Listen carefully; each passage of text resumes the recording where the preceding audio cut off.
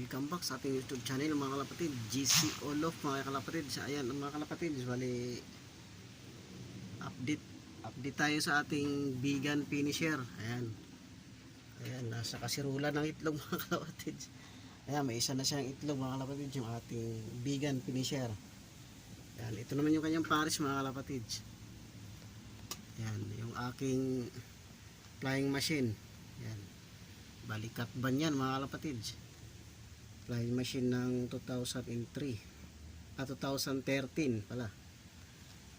Ayan, ang tatay nito ay 2013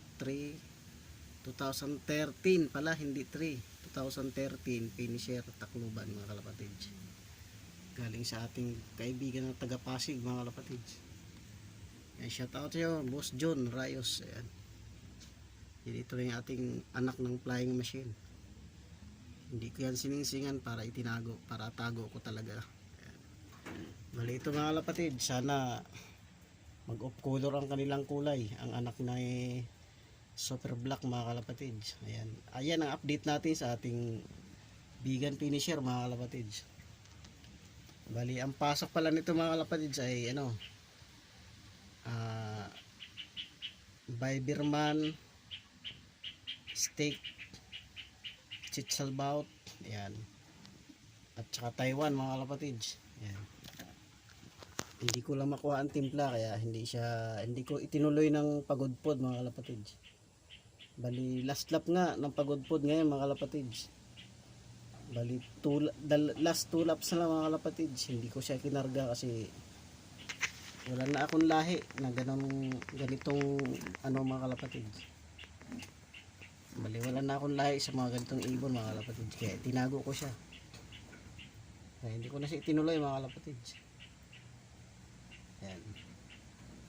Yan lang mga kalapatid ang update natin sa ating vegan Ilocos Norte mga kalapatid finisher. Ayan, ito yung mga ibon natin. Ito yung mga bagong pares din mga kalapatid. Hindi si Mestiza mga kalapatid. Ito naman yung tito ni Super Black mga kalapatid. Bali mahabang kwento mga kalapatid kung ikwento ko to. Ayan. Chitsalbaut ang lahi nito mga kalapatid. Galing kay Sunny Baybay ang kalahi nito, galing kay Sunny Baybay. Shout out sa'yo idol. So yun lang mga kalapatids, yan lang update natin sa ating vegan finisher mga kalapatids. So update lang tayo mga kalapatids. Bye bye.